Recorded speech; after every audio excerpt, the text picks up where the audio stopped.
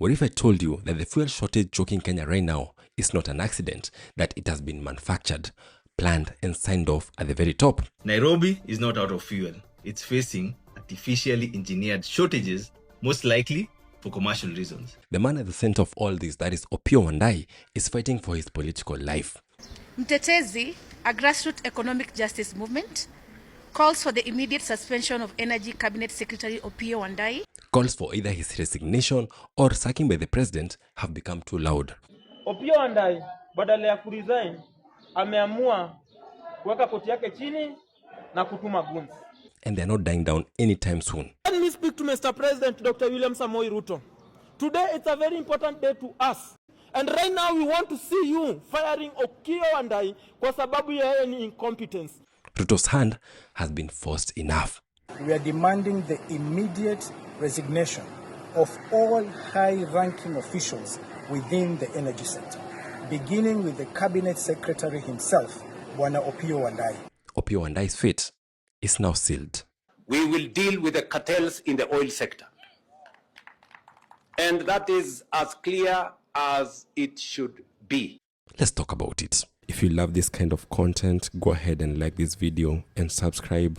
Now let's get to the video. Now, fuel shortage has crippled the nation as motorists and businesses bear the brunt, fearing a total shutdown. Public service vehicles, private motorists and boda boda operators are stranded, hopping from one station to another in a desperate search for fuel. Over the past few days, Kenyans have been waking up to a nightmare.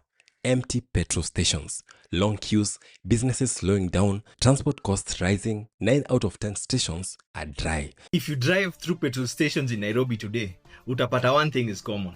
Hakuna mafuta, especially in the morning hours. Now, at face value, you might think global crisis, Middle East tensions, normal supply issues. So zile meli zilitoka before hii war ya Israel na Iran ianze, sasa ndo zimeanza kufika sasa.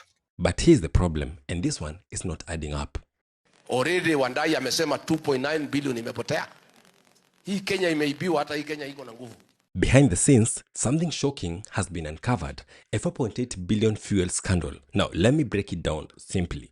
60,000 tons of petrol were imported at Kenya shillings 198,000 per ton, while the official government deal price was actually 140,000. That difference could have pushed fuel prices up by 14 shillings per litre. Now, ask yourself, who benefits from that gap? I think this Kenya Pipeline Company is the biggest scandal to have ever happened in our country. But it gets worse. Officials allegedly faked low fuel stock reports, creating panic, triggering artificial shortages, forcing Kenyans into queues. Watu wa bodaboda wameanza kuqueue for petrol. Kuna shortage. Then suddenly, the same fuel is pulled out of the market. The government, through the Energy Ministry, has ordered One Petroleum Limited, the company that allegedly imported a 60,000 metric ton consignment of super petrol, to ship the fuel out of the country as soon as possible. Stations go dry, chaos. This is not mismanagement. This is engineering a crisis. We are going to have an energy crisis. We're going to have an oil crisis. Watu wa kwetu Murang'a already hakuna mafuta Murang'a. We're going to have such an oil crisis. Na government pretend inasema everything is okay, everything is good. So when things start falling apart, what happens? 3 top officials are sacrificed. That is the PS, the former EPRA boss, and the managing director of KPC. They're all arrested, they all resign, they're all gone. Ati mtu Kenya biggest scammers, ati mtu ana resign hata hajapelekwa mahali, anasema a resign in advance. But here's the real question. Can a scandal this big happen without the knowledge of the cabinet secretary? Kuibiwa tuliibiwa 4.8 billion na Lee Kinyanjui and Opiyo Wandai. Cabinet Secretary Opiyo Wandai declared that he wasn't aware of the plans to import fuel outside the government-to-government arrangement, despite several correspondences indicating that he was in the copy. And that brings us back to one man, Opiyo Wandai. Opiyo Wandai should resign. Middlemen na cartels walijitoa, wewe kichwa, wewe hata hakuna kitu unafanya by the, you're just there for the title and appearances. Why have you not resigned? Anza safari. Kenyans are not buying the story. The streets are angry. The hashtag Wandai the Goon is trending.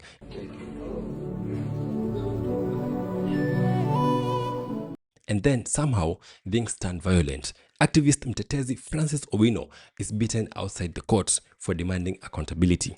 It is clear, it is very evident that now goons are being used to silence criticism. Leo tulikuwa tumeita press pale Chester House, 4th floor. Opiyo Wandai badala ya kuresign ameamua kuweka koti yake chini na kutuma goons. But Wandai seems to have a response. He says that he is the whistleblower, that he is the one who froze the payments, that he is the one who is cleaning up the cartels. In a damning revelation, CS Wandai disclosed that a 60,000 metric ton consignment of super petrol was recently imported into the country in contravention of the procedure set out under the G2G contraction framework. Sounds good, right? Except senators are asking one brutal question. If you knew about the scandal, then you're definitely guilty. But if you didn't know, then you're definitely incompetent. Either way, you cannot stay. Hapa juzi niliwaambia, I have some information that some politicians, especially huko Rift Valley, watu wako na vault. Unaona vault? Uko chini umechimba shimo na unaweka machuma, umeficha pesa hivi. That's why I'm telling you, there is no money in the economy, and there will be no money in the until Ruto goes. Now, all eyes turn to one man, William Samoei Ruto, because this is no longer just an issue of fuel, it is political. Does he protect Wandai because of the Luo Nyanza voting politics, or does he sacrifice him to calm the furious nation? And right now we want to see you firing Okiya Wandai kwa sababu ya yeye ni incompetence. We want you to save life. Kwa sababu tukiingia kwa barabara, we don't want to see more life getting lost. And here's where it gets dangerous. Fuel is not just fuel. It controls food prices, transport, businesses, the entire economy. Matters fuel. It's one very sensitive issue.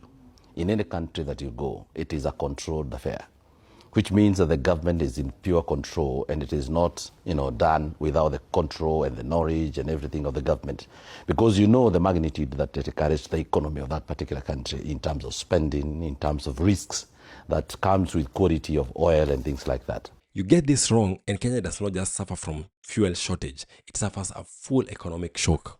Okay guys, prepare for tough times ahead, and this is breaking news. Now, the prices of petroleum are about to go significantly higher in next week's EPRA review of fuel prices. Now, this has been revealed by Martin Chomba, who is the chair of the Petroleum Outlets Association of Kenya. He's made the projections. It will be between 30 to 60 shillings. And if right now the petrol is about 180 to 185, then next week it is going to be around 230 to 240. Rigiji said it. It's actually coming to pass. Petroleum dealers have actually told Kenyans to brace themselves. Mafuta inaenda cost 230 plus. Now you remember Rigiji akisema mafuta inaenda kuongezeka na 40 bob. But they trust Rigiji. And you know right now Kenyans are tired. They are tired of even imagining a situation where people can actually create an artificial crisis. Cartels, corruption, violence against citizens. This is no longer just about fuel. This is about accountability. Why are most pumps seemingly dry? One thing, profits. Oil marketers stand to make super profits if this artificial shortage is sustained. So the question is simple. Will William Ruto act, or will he protect his ally and risk losing the whole country? Hello, this is Murang'a town. Iraini ya mafuta ndio hiyo. Mafuta imekosa. Ni hapa tu kuna mafuta. This is bigger than politics. This is the future of Kenya. And the next move will define everything. Let me predict something. In the next 30 days, watu wa magari wote mtakuwa mnapanga line kingojea mwekewe mafuta. Take this to bank. Kama ningekuwa nyinyi kesho ningeamka na mitungi ama nijaze gari zangu zote na nichimbe tank kwa nyumba niweke hiyo mafuta juu. In the next 30 days. In the next 30 days. What do you think? Will Ruto actually fire Wandai? Tell me in the comment section, and do not forget to subscribe.